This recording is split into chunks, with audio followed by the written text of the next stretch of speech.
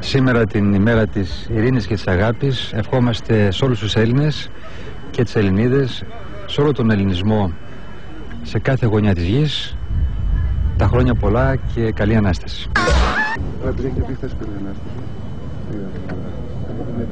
Ναι, να μην το πούμε αυτό μάλλον. Καλή Ανάσταση. Επειδή έχει περάσει.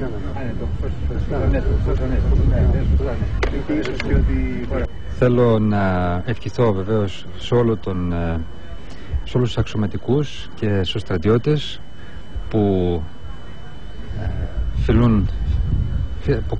φυλάνε τα σύνορά μας με τον να ξαναγήσουμε την αρχή πάλι. Εδώ που βρισκόμαστε με την αεροπορία την ελληνική, είμαστε κοντά στους στρατιώτες, κοντά στους αξιωματικούς που φυλάνε τα σύνορά μας. Τους ευχόμαστε χρόνια πολλά σε όλους τους Έλληνες, σε όλες τις Ελληνίδες, στον ελληνισμό σε κάθε γωνιά της γης. Ευχόμαστε τα χρόνια πολλά και το Χριστός Ανέστη.